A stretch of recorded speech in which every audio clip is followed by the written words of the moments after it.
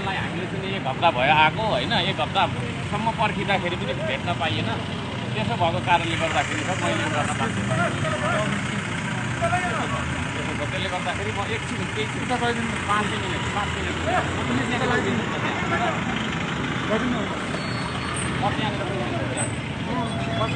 मैले एउटा ज्ञापन पत्र बुझाउन आएको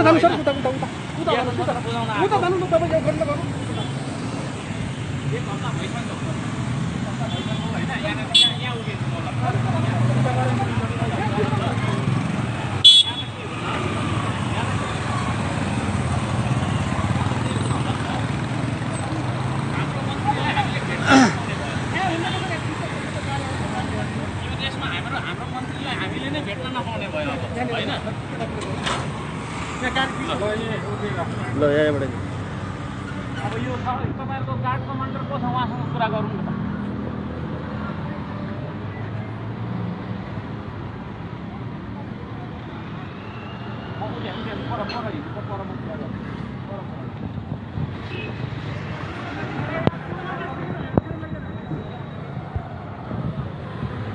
धरान उपमहानगरपालिकाको खानेपानी आम धराने जनताको खानेपानीको विषय लिएर आएको उहाँले चाहिँ तपाईँको हामीले गर्ने के सर यो भेट्नै नपाउने हो त? भेट्नै नपाउने खालको मन्त्रीलाई भएन नि त। यो चाहिँ नेपाली नागरिकले गणतन्त्रमा चाहिँ उहाँ आउनु भएको चाहिँ यत्रो दिन भइसकेको रहेछ होइन, अब अहिलेसम्म भेट्नै नपाउने। यो लगेर देखाइदिनुहोस् है।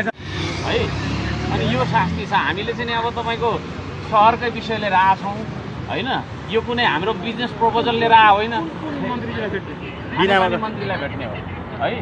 त्यसो भएको कारणले हामीले कुनै अब तपाईँको बिजनेस प्रपोजल लिएर आफ्नो व्यक्तिगत विषय लिएर त आएको होइन। त्यसो भएको हुनाले चाहिँ उहाँले हामीलाई 5-10 मिनट मात्रै समय चाहिन्छ, हामीलाई अरू केही चाहिँदैन। हामी उहाँलाई केही अथेन्टिक डकुमेन्ट्स हामीले ल्याएको त्यो देखाउन चाहन्छौँ।